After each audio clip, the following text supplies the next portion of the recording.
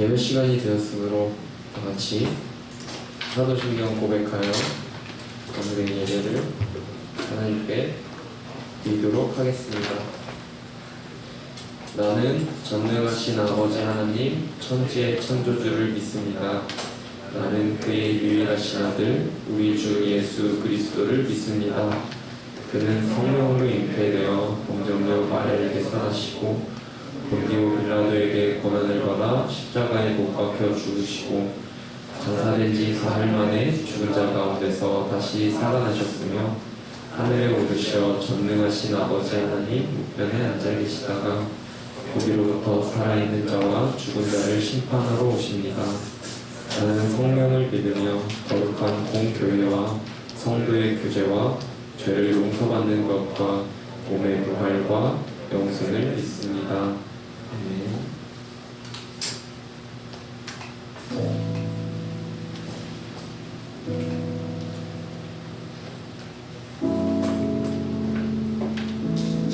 네, 여러분 안녕하세요. 오늘의 요즘에 일교차가 굉장히 심한 것 같은데 그 가운데서 몸 관리 잘 하시고 또 감기가 요즘에 되게 좀 유행하는 것 같아서 감기에도 좀 유의하셨으면 좋겠습니다. 오늘은 창세기 47장의 말씀을 전해주실 줄로 아는데 창세기 47장 9절의 말씀을 제가 읽어드릴게요. 야곱이 바로에게 아뢰되 내 나그네의 길에 세월이 130년이니이다.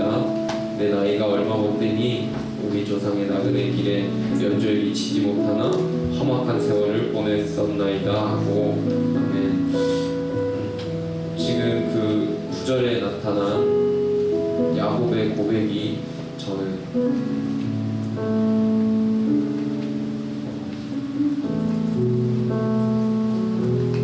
나그네의 길이라는 것에 초점을 좀 맞췄습니다.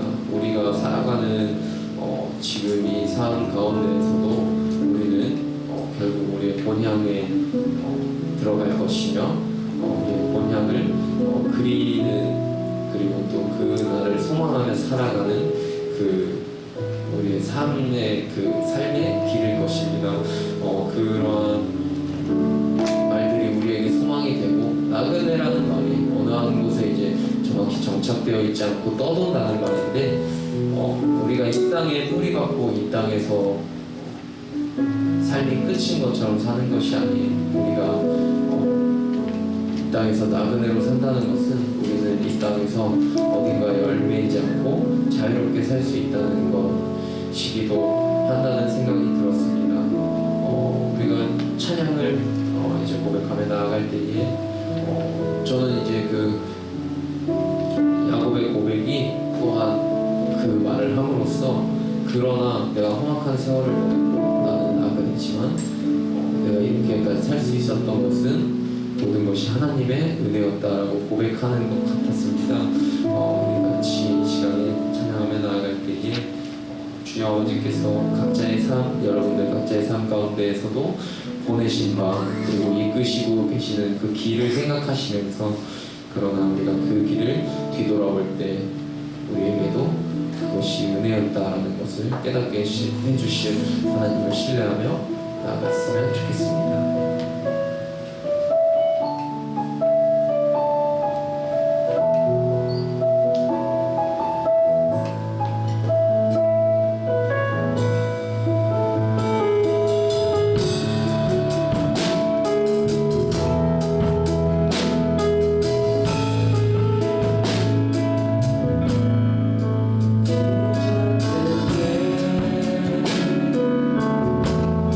우리 주님의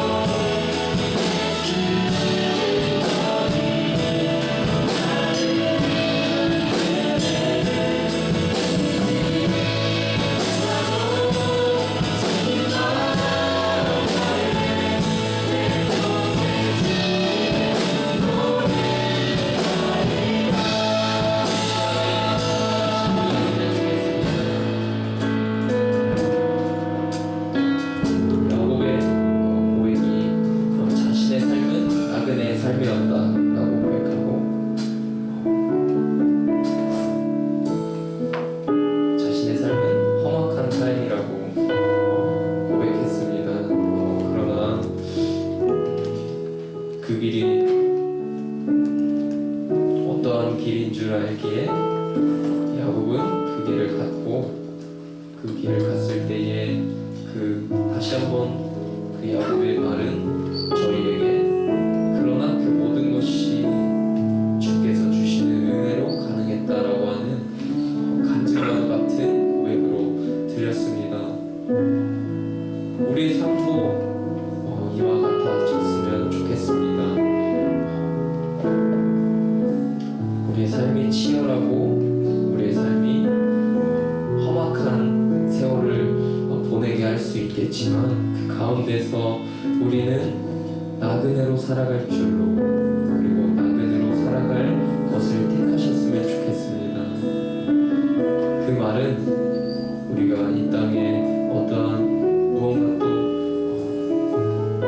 모든 걸 다 포기하고 살아가라는 뜻이 아니라 우리가 이 가운데에서 우리의 뿌리를 이곳에 두는 것이 아니라 우리의 소망은 여전히 하나님의 나라에 있기 때문에 그 안에서 우리가 어떤 것에 세상의 그 복잡한 어떤 것에 얽매이지 않을 수 있다는 그러한 자유함을 나타내는 것일 것입니다. 이 시간에 기도할 때에 우리의 삶을 이끌어 가실 하나님을 바라보기를 원합니다. 우리의 삶은 그리스도인으로서 험악한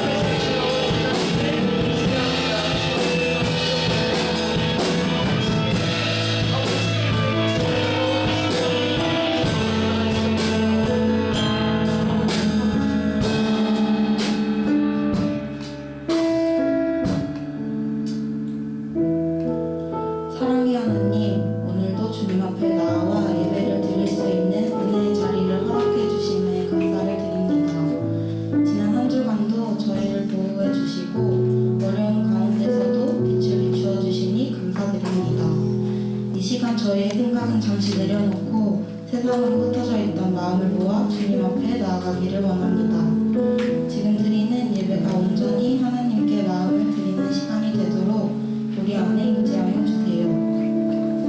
힘든 이 시대를 살아가는 저희들에게 복되신 주님의 말씀을 듣게 하시고 이 청년부 공동체를 주셔서 말씀으로 인한 기쁨과 즐거움을 알게 하시고 나누게 하시는 주님의 값없는 은혜와 사랑에 감사를 드립니다. 주님을 외면하고 세상과 타협하며 살아가는 때가 너무나도 많습니다.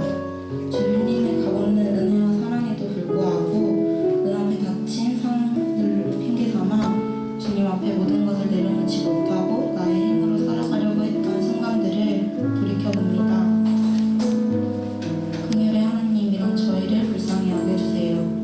지금 누리는 모든 것이 다 주님의 인도하신 가운데 그 계약하심 속에 가능한 것임을 다시 한번 생각하며 잊지 않기를 원합니다. 주님 앞에 모든 것을 내려놓고 거룩함과 순종함으로 예배드리며 주님 한 분만을 의지하고 주님과 함께 동행하기를 원합니다. 세상의 영광보다 하나님의 영광을 사랑하고 소망할 수 있도록 도와주세요. 하나님의 사랑을 깨닫기에 아직 많이 부족한 저희지만 받은 사랑을 모두에게 전하고 함께 나누는 축복의 통로가 되길 소망합니다. 세상 가운데 만나는 사람들에게 믿음의 복음을 전할 수 있는 힘과 능력을 주세요. 저희가 헛된 길로 가지 않게 하시고 사랑과 믿음 안에 기쁨으로 살 수 있게 인도해 주세요. 예배를 위해 각자의 자리에서 헌신하는 손길들이 있습니다. 주님 기억하여 주시고 각 사람에게 필요한 축복과 위로를 더하여 주세요. 이제 말씀을 듣습니다. 말씀 전해주시는 최철우 목사님께 영육간의 강건함 허락해 주시고 지치지 않는 힘과 능력으로 인도해 주세요. 전해주시는 말씀을 통해 한 주간도 잘 살아갈 수 있는 힘을 허락해 주시고 말씀에 귀 기울여 순종하는 청년부가 되길 원합니다. 우리의 오고 가는 발걸음을 함께 하시며 성령으로 인도하시는 그 은혜에 감사를 드리며 예수님의 이름으로 기도합니다.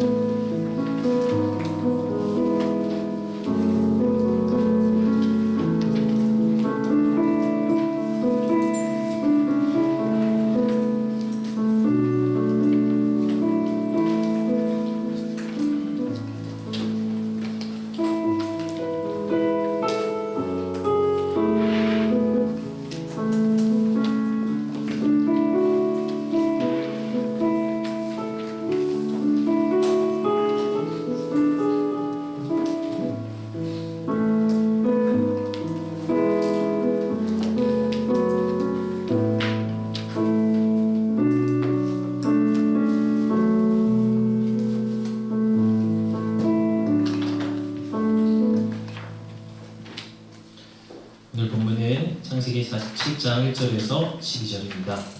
오신 하나님 말씀을 경외하는 마음으로 자리에서 일어서시겠습니다. 창세기 47장 1절에서 12절의 말씀을 우리 다 같이 합독합니다. 요셉이 바로에게 가서 고하여 이르되 내 아버지와 내 형들과 그들의 양과 소와 모든 소유가 가나안 땅에서 와서 고센 땅에 있나이다 하고 그의 형들 중 5명을 택하여 바로에게 보이니 바로가 요셉의 형들에게 묻되 너희 생업이 무엇이냐? 그들이 바로에게 대답하되 종들은 목자이온데 우리와 선조가 다 그러하니이다 하고 그들이 또 바로에게 고하되 가나안 땅에 기근이 심하여 종들의 양떼를 칠 곳이 없기로 종들이 이곳에 거류하고자 왔사오니 원하건대 종들로 고센 땅에 살게 하소서.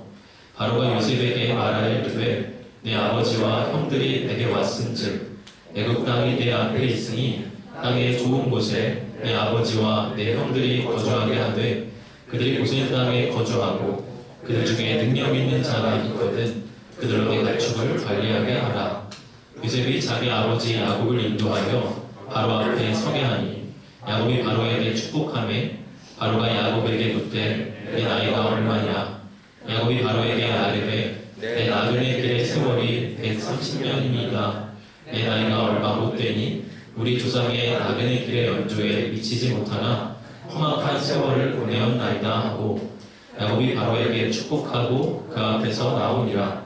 요셉이 바로의 명령대로 그의 아버지와 그의 형들에게 거주할 곳을 주되 애굽의 좋은 땅 라암셋을 그들에게 주어 소유로 삼게 하고 또 그의 아버지와 그의 형들과 그의 아버지의 온 집에 그 식구를 따라 먹을 것을 주어 공양하였더라. 아멘. 이것은 하나님의 말씀입니다. 자리에 앉으시겠습니다.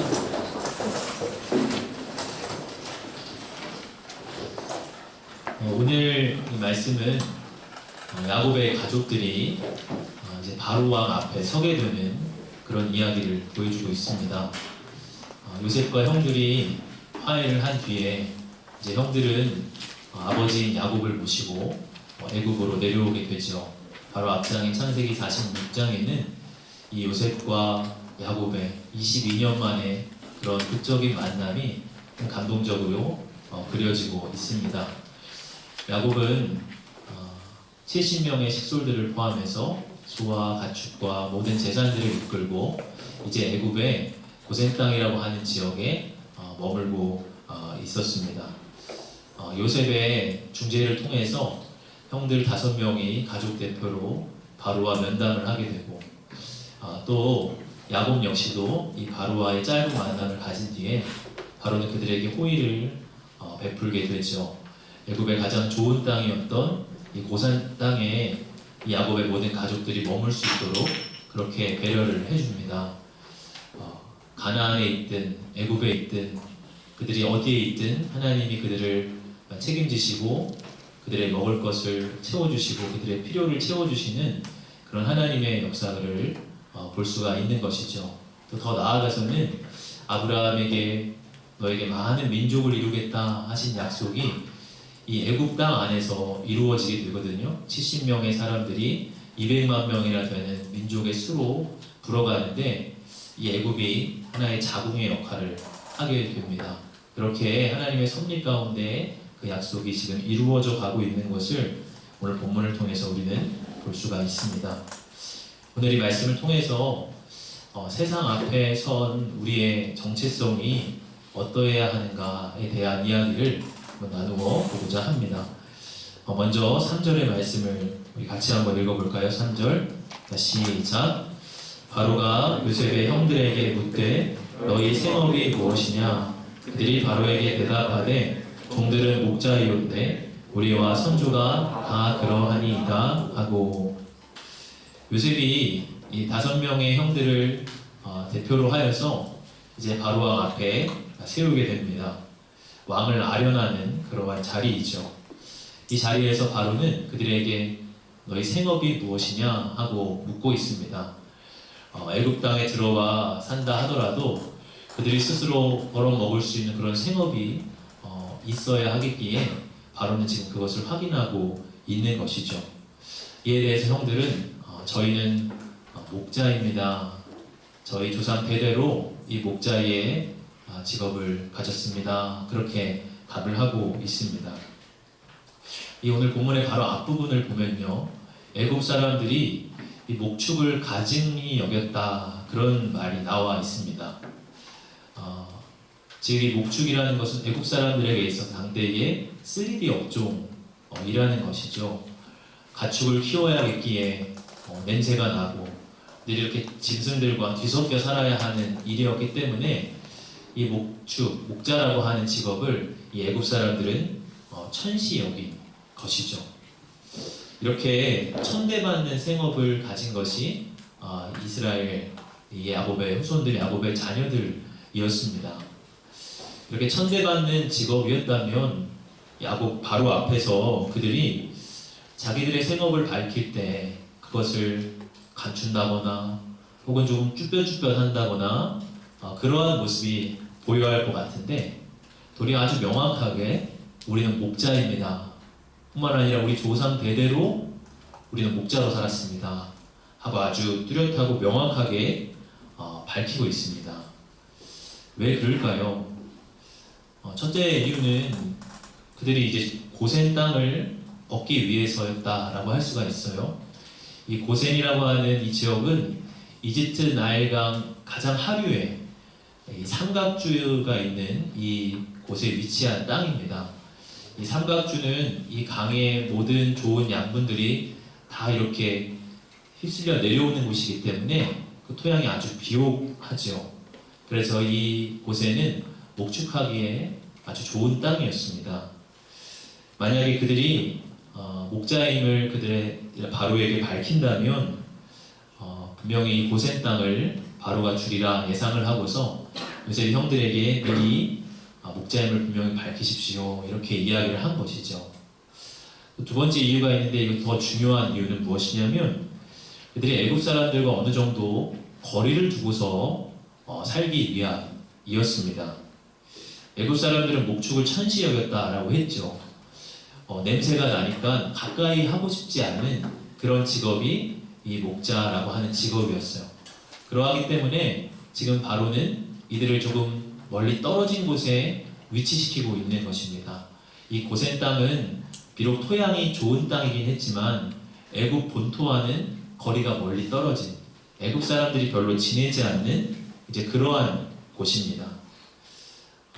이 목자라고 하는 직업을 밝힘으로 인해서 이들은 고센 땅을 얻게 되고 그곳에서 애굽 사람들과 어느 정도 분리된 채 그렇게 살 수가 있었던 것이죠.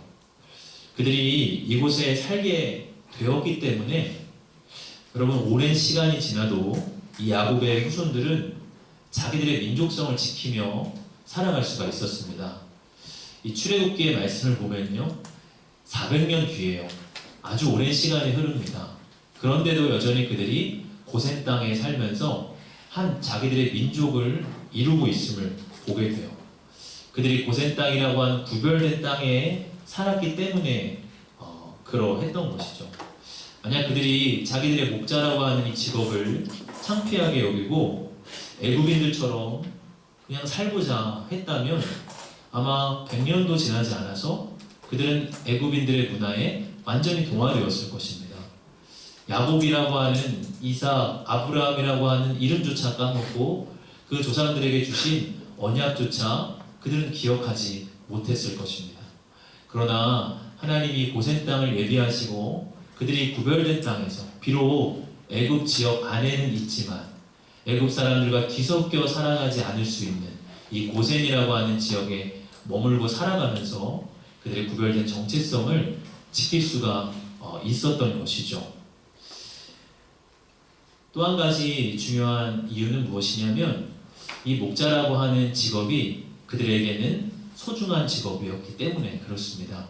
하나님께서 이 목자라고 하는 생업을 그들 가운데 허락하셨고 조상 되대로 이 목자라고 하는 생업을 통해서 그들이 이제까지 먹고 살 수 있도록 하나님이 그렇게 해 주셨어요.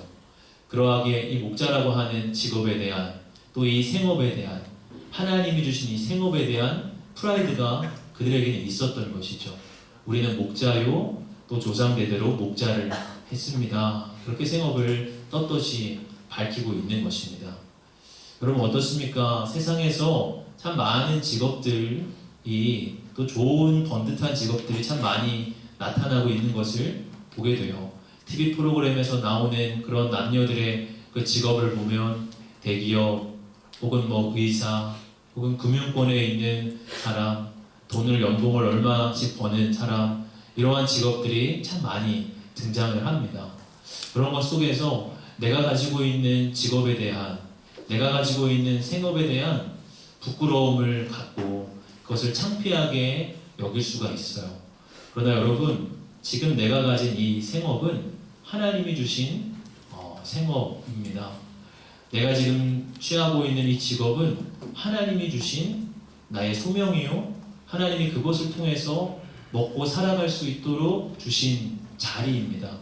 그러하기에 우리가 그것을 부끄러워한다는 것은 있을 수 없는 일이죠. 세상 사람들은 자기의 직업이 좀 창피하게 여기고 그것을 밝히지 못하고 이러한 모습으로 살지라도 여러분 지금 나의 생업과 직업은 하나님이 주신 것이기에 우리는 어디서든 그것을 밝히고 떳떳하고 당당하게 말할 수가 있는 것입니다. 조금 더 영적으로 여러분 묵상을 해보면은 여러분 우리가 우리의 신분을 우리의 영적 신분을 밝혀야 하는 순간이 올 수가 있다고 하는 것이에요. 우리의 정체성이 무엇인가를 드러내야 하는 그런 순간이 올 수도 있다고 하는 것입니다. 그것은 우리가 바로 그리스도인이라고 하는 그러한 정체성이죠. 이러한 그리스도인의 정체성을 우리가 세상 앞에 이렇게 밝힐 수밖에 없는 그러한 상황에 처해질 때가 있어요. 때로 함께 식사를 해야 하는 자리에서 고개를 잠깐 숙이고 하나님 앞에 감사의 기도를 드려야 하는 순간일 수 있습니다. 혹은 회사로 취업을 할 때 이 회사의 면접관이 마치 오늘 이 바로의 모습처럼 너 종교가 뭐냐? 이렇게 물어보는 순간이 우리에게 올 수도 있어요. 그것은 바로 우리가 우리의 영적 신분을 드러내야 하는 그러한 순간이죠. 그러한 순간에 여러분들은 어떻게 하시겠습니까? 이 애굽 사람들이 목축을 가증히 여겼다 하는 이 말을 보면서 이것의 이 목축이라고 하는 단어에 이 그리스도인이라고 하는 단어가 이렇게 겹쳐서 묵상이 됩니다. 애굽 사람들이 목축이라고 하는 정체성을 천시 여겼던 것처럼 어쩌면 우리가 살아가는 이 시대는 우리가 그리스도인으로 살아가는 이 그리스도인의 정체성을 천시 여기고 가증히 여기는 그러한 시대일 수도 있어요. 여러분 왠지 내가 신앙의 이런 시대 속에서 내 신앙적인 신분을 밝히면 뭔가 손해를 볼 것 같고 뭔가 중심부로 들어가지 못할 것 같고 내 승진에 뭔가 좀 피해가 있을 것 같고 그런 마음이 우리가 이제 들어오게 되죠. 여러분 그런데 고센 땅 역시도 애굽의 변두리였습니다. 애굽의 중심부는 아니었어요. 그러나 그곳은 가장 좋은 땅이었고 이스라엘 백성에 가장 적합한 아주 좋은 땅이었습니다. 여러분 하나님 우리에게 가장 좋은 것을 예비해 주시고 우리를 인도하십니다. 우리가 세상에 어찌하든 속하여서 세상의 중심부로 들어가고자 나의 정체성마저 타협하면서 그들 문화에 어떻게든 동화되고자 애쓰지 않아도 우리가 우리의 영적 신분과 정체성에 뚜렷하고 당당하더라도 하나님은 우리로 하여금 우리에게 가장 좋은 땅으로 우리가 인도되어질 수 있도록 하나님 미리 예비하고 계신다고 하는 것이에요. 여러분 어쩌면 우리가 영적 신분을 우리가 밝힐 때 조금 세상 사람들과 거리감이 생길 수가 있을 수 있죠. 애굽 사람들이 목축이라고 하는 직업을 좀 거리를 두고 봤듯이 그들을 우리를 거리를 두고 바라볼 수도 있습니다. 그러나 결국 이 고센 땅이 그들의 정체성을 지켜준 안전한 울타리가 되었던 것처럼 우리가 어쩌면 그런 거리감이 우리의 거룩함과 신분, 우리의 신앙적인 정체성을 지켜주는 것이 될 수가 있다고 하는 것이에요. 이것이 우리의 정체성이고 이것이 나의 라이프 스타일입니다. 이것을 우리는 세상 앞에 밝히 드러내고 세상 앞에 떳떳하게 행하여 갈 수가 있어야 한다는 것입니다. 이 형들은 이 애굽이 자기들이 영원히 머물러야 할 곳이 아님을 알았습니다. 오늘 4절의 말씀을 보면 그들이 또 바로에게 고하되 가나안 땅에 기근이 심하여 종들의 양떼를 칠 곳이 없기로 종들이 이곳에 거류하고자 왔사오니 원하건대 종들로 고센 땅에 살게 하소서. 여기서 거류한다 라고 하는 이 표현이 나옵니다. 이 거류한다 라고 하는 이 표현의 NIV 표현을 보면요 Live here for a while 이렇게 나와 있어요. 한동안만 살아가고자 이곳에 왔습니다. 우리는 잠시간만 살도록 이곳에 왔습니다 라고 하는 뜻이죠. 이곳에 무엇이 담겨 있습니까? 그들은 때가 되면 이 애굽 땅에서 떠나야 하는 사람들이라는 것을 그들의 정체성 속에 가지고 있었다고 하는 것이요. 그러하기에 애굽의 사람들에게 깊이 속하여서 그곳에 동화되고자 애쓴 것이 아니라, 물론 애굽의 혜택을 입고 애굽의 도움을 받기는 하지만 그들과는 어느 정도의 거리를 지키며 자기들의 정체성을 지키는 이 거리 속에서 살아갔다고 하는 것입니다. 여러분, 우리는 분명히 세상 안에서 살아갑니다. 또 이들이 바로의 호의를 입은 것처럼 우리도 세상의 혜택을 입고 어쩌면 세상에 여러 가지 우리에게 주는 어떤 호의들을 우리가 기대면서 우리가 살게 돼요. 하나님 그런 세상의 도움도 우리의 유익을 위해서 분명히 쓰시죠. 그러나 이 세상이 우리가 영원히 머물 곳이 아니라는 사실을 우리는 기억해야 합니다. 빌립보서의 말씀처럼 우리의 시민권은 하늘에 있다라고 말씀하고 있어요. 우리의 시민권은 이 세상에 속해 있는 것이 아니라 우리의 시민권은 하늘에 있다라고 말하고 있습니다. 그러한 우리의 정체성을 우리가 깨달을 때 우리는 세상에 종속되어지지도 않고요. 세상에 너무 깊이 동화되지도 않고요. 또 세상으로부터 자유함을 누리며 살아갈 수 있어요. 어찌 보면 이것을 우리는 지나가야 하고 이것이 우리가 영원히 머물 곳이 아니기 때문에 그렇습니다. 우리의 진리를 기억할 때 세상 앞에서 우리의 정체성을 지킬 수 있다고 하는 것입니다. 이러한 이 형들과의 이 만남 속에서 바로는 이제 이 요셉의 가족들에게 요셉을 통하여서 좋은 땅, 고센이라고 하는 땅으로 갈 수 있도록 이제 인도를 하죠. 형들과의 이러한 만남이 끝난 후에 요셉은 그의 아버지인 야곱을 이제 바로 앞에 모시고 옵니다. 바로 앞에 이제 야곱이 섰어요. 바로가 야곱에게 묻죠. 당신 나이가 어떻게, 당신 연수가 어떻게 됩니까? 이렇게 이제 묻습니다. 이에 대해서 이 바로 앞에 야곱이 이 답하는 말씀이 9절의 유명한 말씀이죠. 우리 9절의 말씀도 같이 한번 읽어봅시다. 시작. 야곱이 바로에게 아뢰되 내 나그네 길의 세월이 130년이니이다.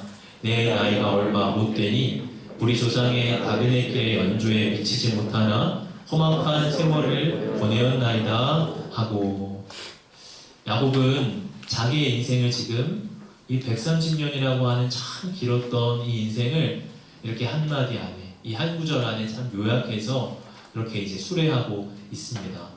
이 야곱이 자기의 인생을 묘사하는 이 표현을 보면은 두 가지의 표현이 우리의 눈에 들어오는데요. 하나는 무엇이냐면 나그네 길이었습니다 이라고 하는 표현이에요.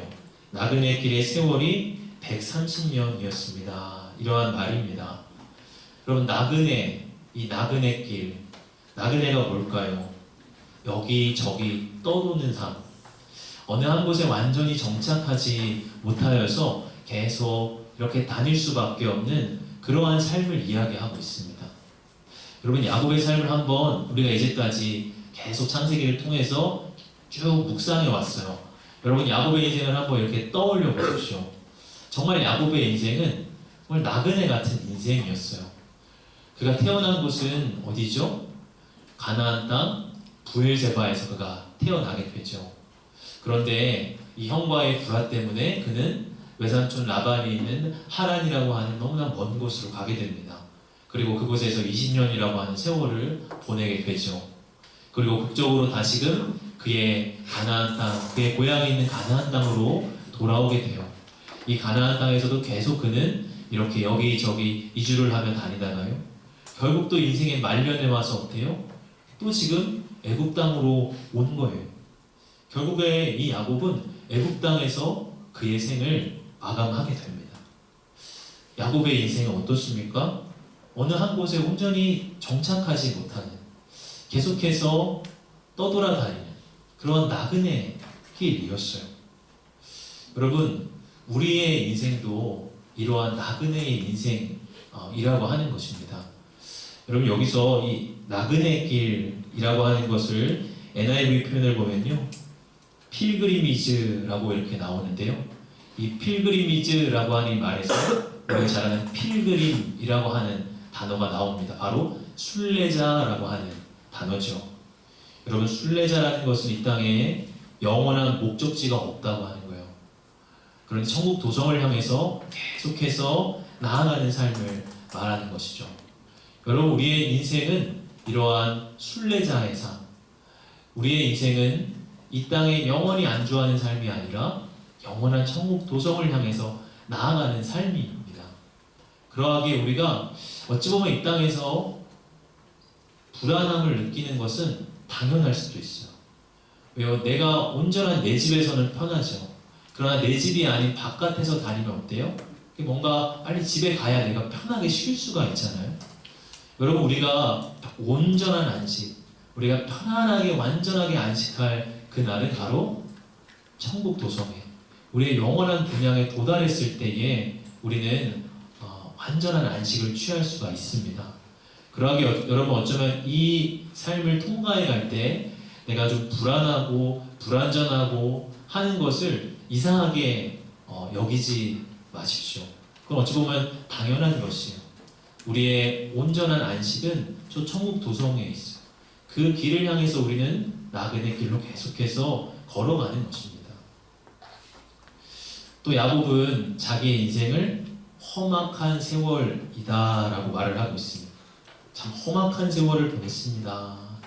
여기서 험악한이라고 하는 이 히브리어 라아라고 하는 말은 깨트리다 라고 하는 의미를 가지고 있습니다.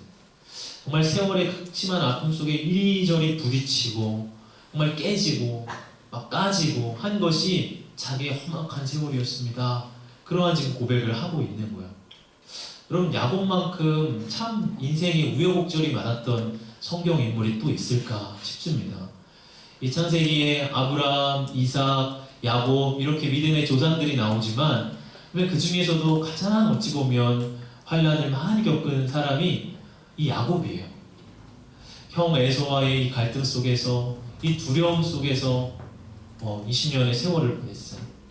또 외삼촌 라반은 너무나 꾀가 많은 사람이어서 그 밑에서 중노동을 하면서 그 삭슬 계속 바꿔가면서 속임을 당하면서 또 그렇게 살게 되었습니다.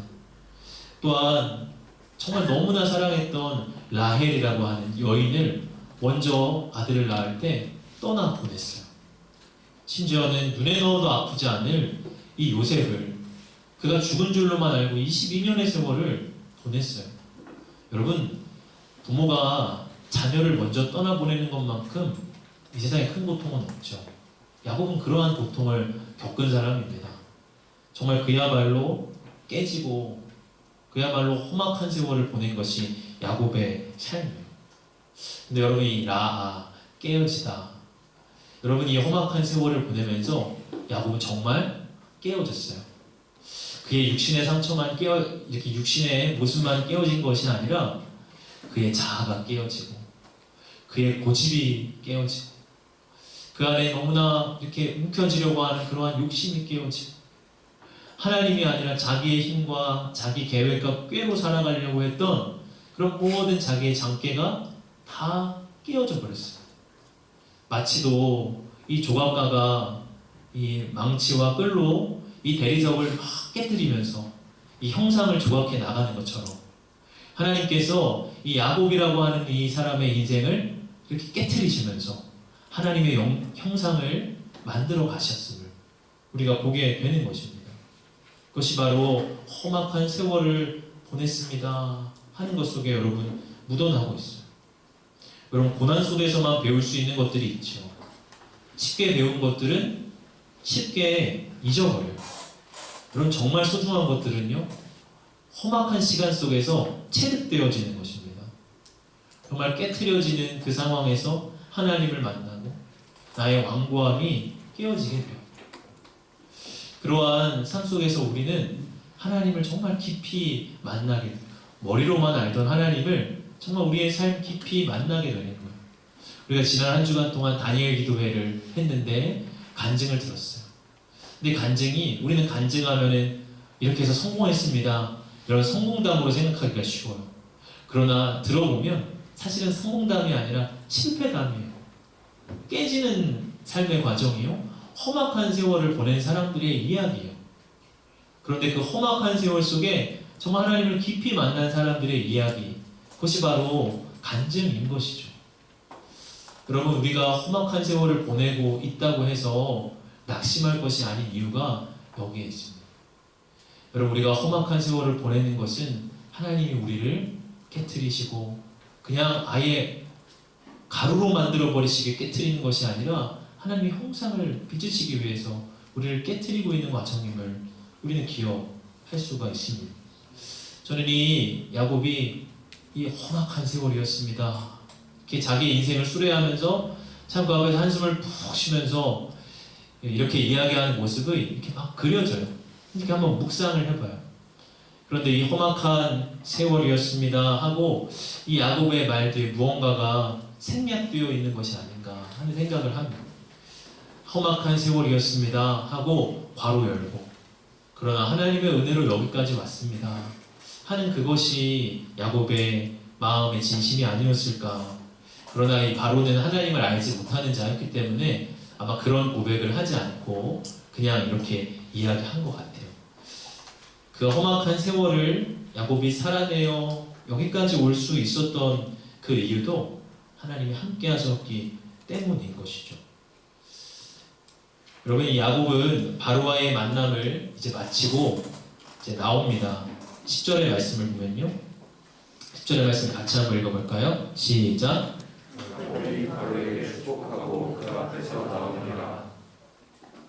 야곱이 이 바로에게서 이제 나올 때 이 야곱을 축복을 하고 나옵니다.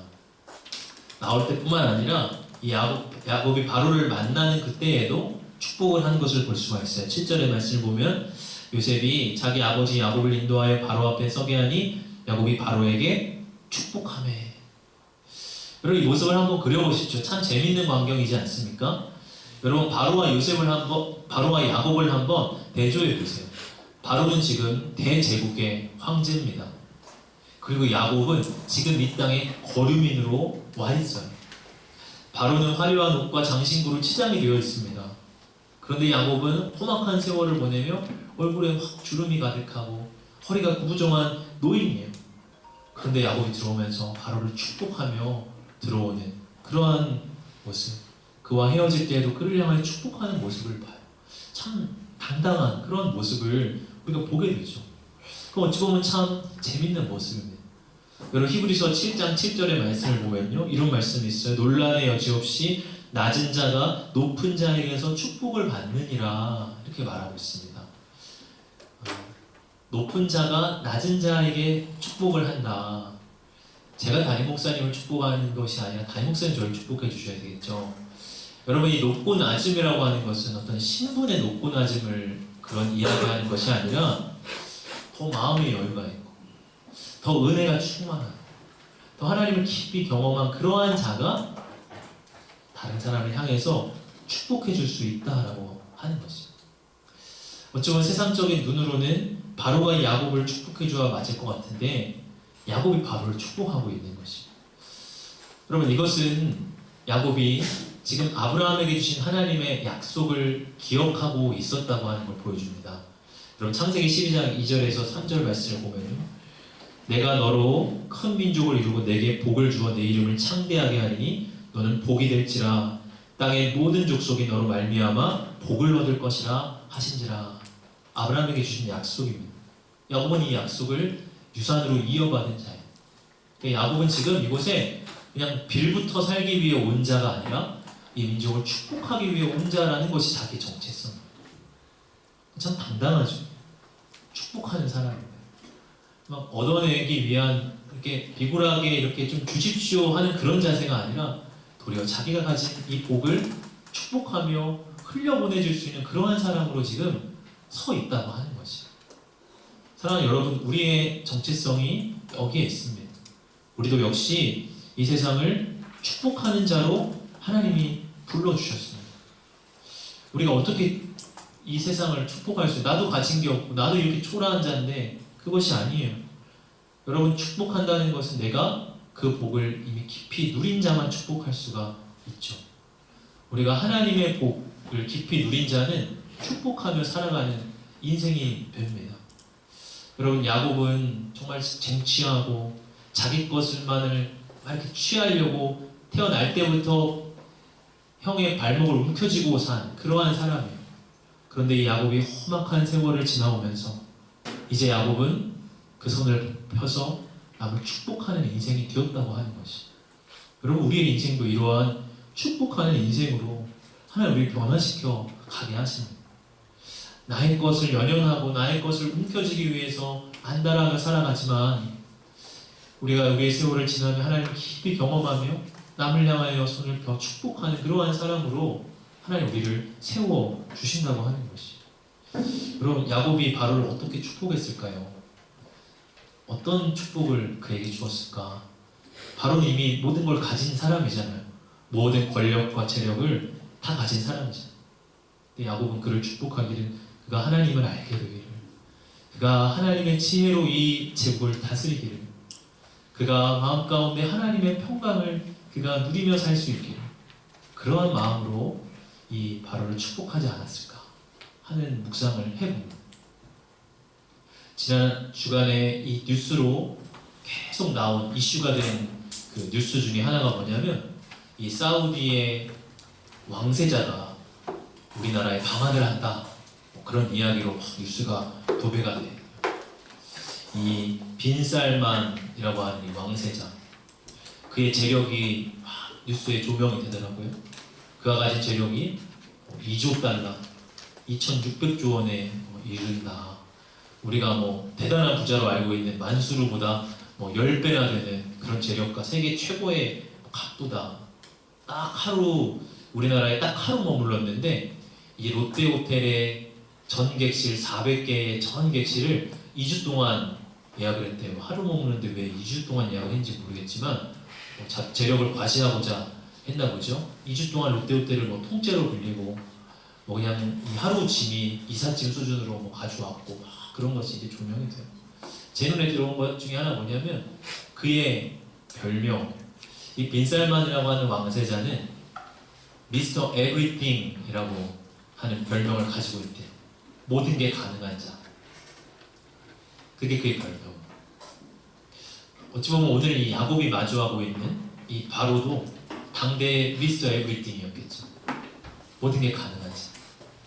근데 여러분, 정말 그들이 미스터 에브리띵입니까? 그들이 정말 모든 게 가능할까요? 여러분, 그들의 재력으로 자기 내면의 모순과 자기 죄의 문제를 해결할 수 있을까요? 솔로몬이 고백한 것처럼 헛되고 헛되니 모든 것이 헛되다라고 하는 이 인간의 깊은 허무감을 그들의 돈으로 메꿀 수 있을까요? 그들의 돈으로 하나님이 주시는 영생을 살 수가 있겠습니까? 그럼 미스터 에브리띵은 하나님 한 분밖에 안 계십니다. 모든 것을 하실 수 있는 전능하신 하나님, 그 한 분밖에는 안 계십니다. 그 하나님께서 우리 삶을 인도하시고 우리가 서는 곳이 가나안이든 애굽이든, 가나안이 기근을 입으면 애굽에까지 우리를 이끌어 가셔서 그곳에서 좋은 땅, 푸른 초장과 쉴만한 물가에서 먹고 쉴 수 있도록 하나님이 우리를 지키시고 생명으로 입혀 주신다고 하는 것입니다. 험악한 세월을 보내며 이러한 하나님의 깊은 복을 누리는 우리 지체들 되기를 원합니다. 이 하나님 안에 깊은 복을 가지고 세상을 축복하며 살아가는 우리 청년 지체들이 되기를 원합니다. 오늘 말씀을 정리합니다. 오늘 세상 앞에선 우리의 정체성이 어떠해야 하는가에 대해서 여러분 말씀을 드렸는데요. 한 가지는 무엇이냐면 우리는 이 땅에서 나그네로 살아가는 사람들이다라고 하는 거예요.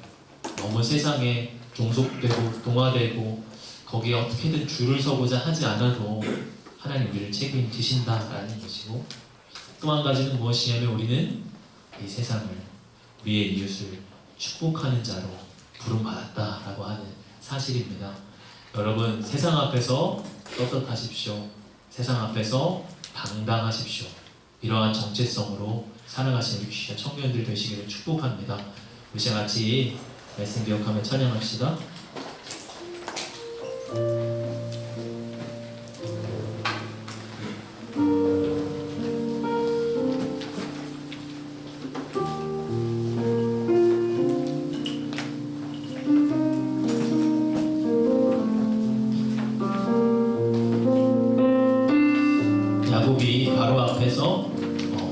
험악한 세월을 보냈습니다 라고 하는 그 고백을 좀 기억하면서 그 고백이 깊이 안에 담겨있는 그러한 마음을 우리 함께 묵상하면서 찬양 드렸으면 좋겠습니다.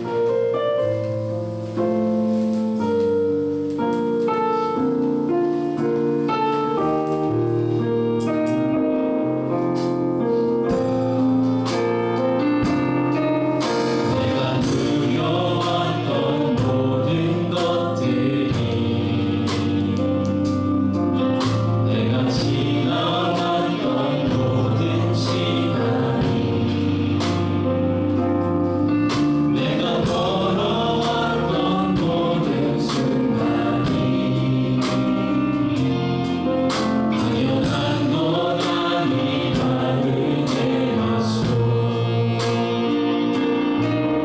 아침 해가 뜨고 저녁에 오는 고백도 장기와 가을의 열매 변하는 계절의 모든 순간이 당연한 건 아니라 은혜였소. 모든 것이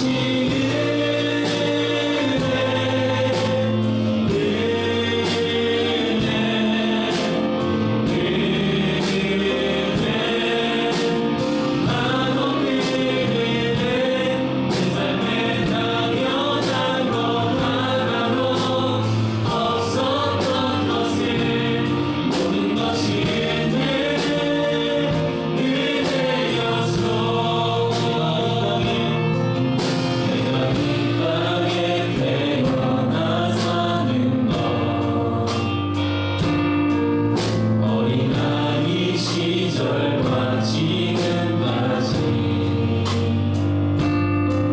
숨을 쉬며 살며 꿈을 꾸는 삶 당연한 건 아니라 은혜였소. 내가 하나님의 자녀로 살며 오늘 찬양하고 예배하는 삶 복을 전할 수 있는 축복이 당연한 건 아니라 은혜였소. 모든 것이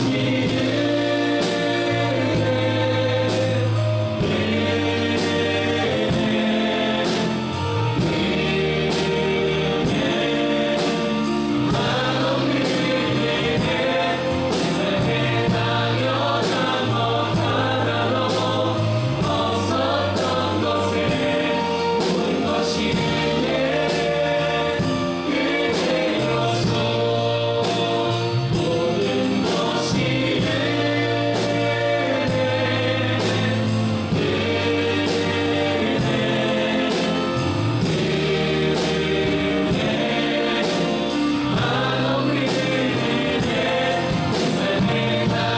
없었던 것에 모든 것이 없었던 것에 모든 것이 자, 제가 기도하겠습니다.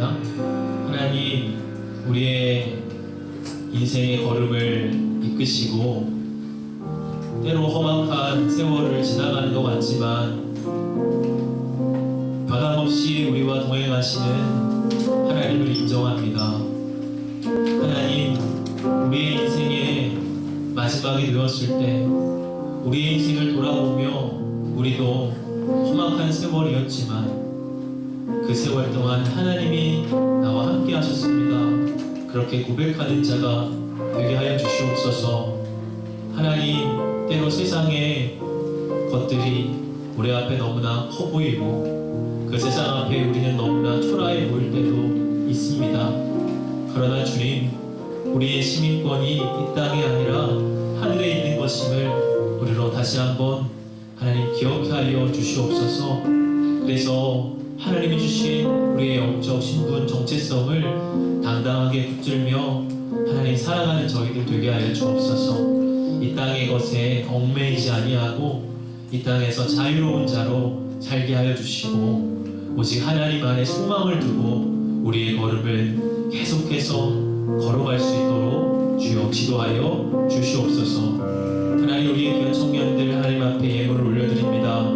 주정원금으로, 선교의 예물로, 또 추수감사 절기 현금으로 올려드립니다. 또한 시험에 붙은 것에 감사하며 1차를 붙은 것도 제가 2차를 무사히 볼 수 있었던 것도 주님 주신 은혜임을 믿고 감사드립니다. 고백하며 올려드리는 감사의 예물이 있습니다. 하나님께서 이들의 고백과 마음과 헌신을 다 연락하여 주시고 하나님, 저들의 삶에 하나님의 부요한 은혜와 은총으로 주님 부어 주시옵소서. 하나님의 은혜를 의지하며 걸어갈 때 우리가 서 있는 곳이 어디이든 하나님 우리를 먹이시고 책임지시고 입히시는 그 손길을 우리 청년들 하나님 더 깊이 경험케 하여 주시옵소서. 감사를 드리며 예수님 이름으로 기도합니다. 아멘.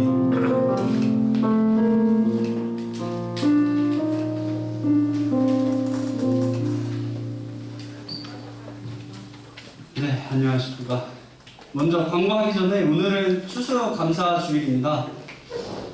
우리 각자의 힘든 부분을 가장 잘 아시고 또 가장 잘 아시기에 이곳 효성영광교회 청년부로 하나님께서 우리를 불러주셨습니다.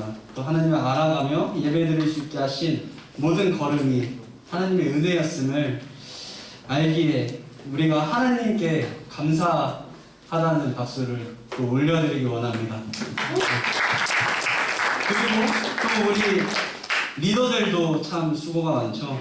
교회보다도 소그룹 모임 시간에 은혜 나누는 것을 아직 어색해해도 끝까지 기다려주고 사랑으로 덮어주고 있는 우리 리더들을 향해서도 우리 소그룹 분들께서 고마운 마음으로 박수 쳐주시면 감사하겠습니다. 그리고 마지막으로 또 1년이 아직 마무리 중이지만 2021년 정말 우리 수고 많았죠. 그래서 우리 좌우 앞뒤 지체들을 향해서도 박수를 쳐주시면 감사하겠습니다.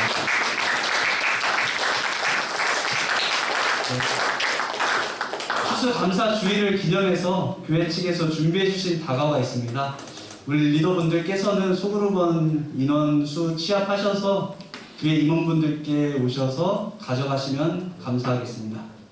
광고 시작하겠습니다. 11월 캠페인 나는 기도자입니다로 11월을 드려지게 됩니다. 서로의 기도 제목을 교환하며 평소의 삶 속에서도 서로의 기도 제목을 또 공동체의 기도 제목을 붙들고 기도하는 청년들 되기를 소망합니다. 네, 다음 광고는 대림절 북클럽 광고입니다. 이제 11월 28일 월요일에 시작되는 대그룹 북클럽 신청을 계속 받고 있는데요. 네, 이 신청은 11월 22일까지 화요일, 이제 돌아오는 주 화요일까지 오전에 마감되고요.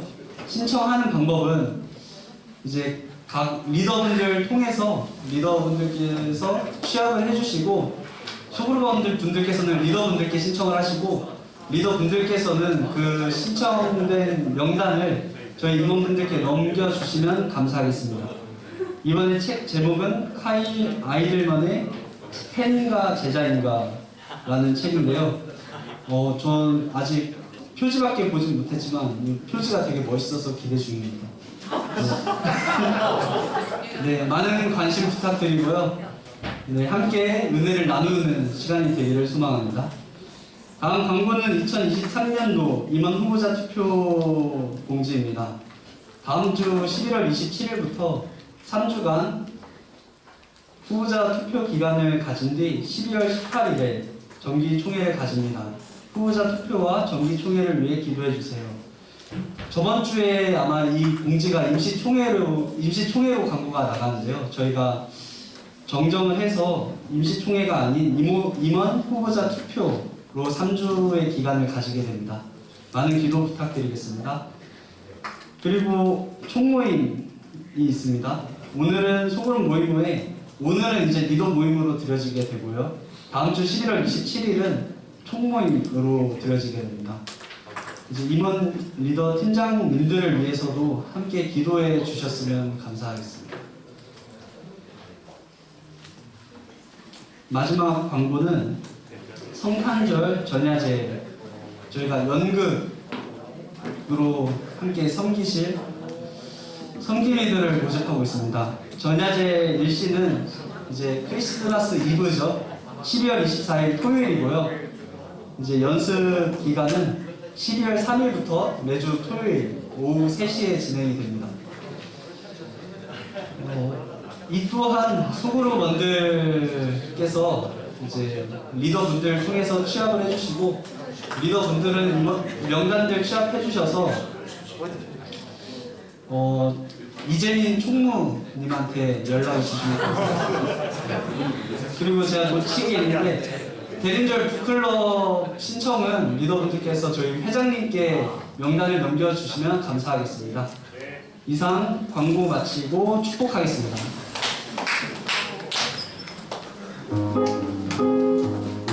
네, 축복하는 시간입니다. 먼저 최연석 형제님을 축복하라고 하네요.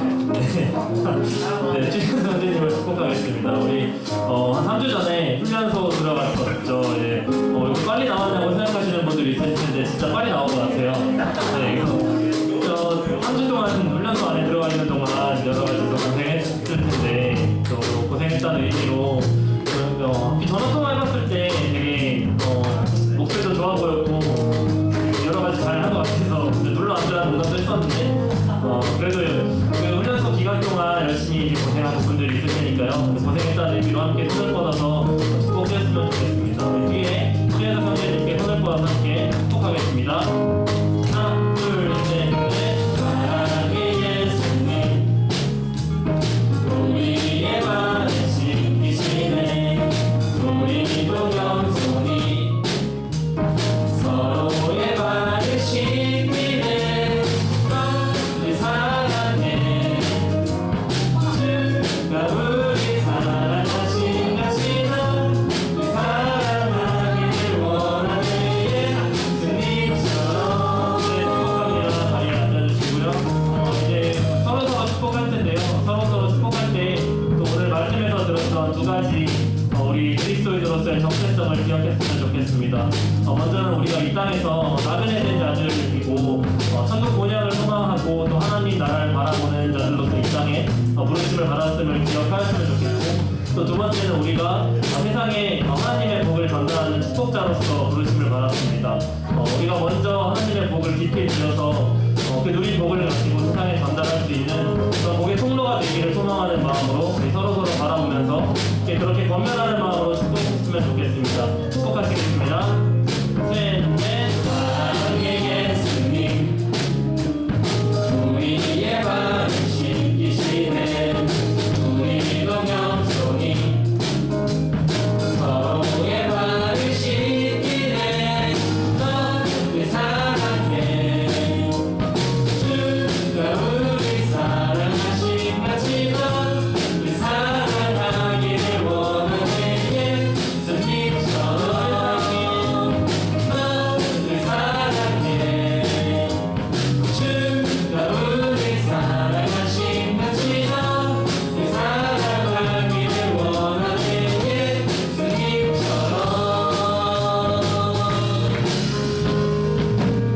예수님처럼. 이제는 우리 주 예수 그리스도의 크신 은혜와 하나님 아버지의 무한하신 사랑하심과 성령의 교통하심이 이 땅의 나그네 인생길을 걸으며 하나님의 복의 전달자로 살아가기를 이 시간 소망하고 다짐하는 이 자리에 모인 모든 주의 백성들 머리 위에와 저들의 삶과 가정 위에, 일터와 학업 위에, 준비하고 계획하는 모든 일들 위에, 또 훈련소에 훈련을 마치고 이제 앞으로 나라의 부름을 받고 공무에 임할 우리 귀한 우리 최연석 형제의 머리 위에 이제로부터 영원까지 함께 하시기를 간절히 축원하옵나이다.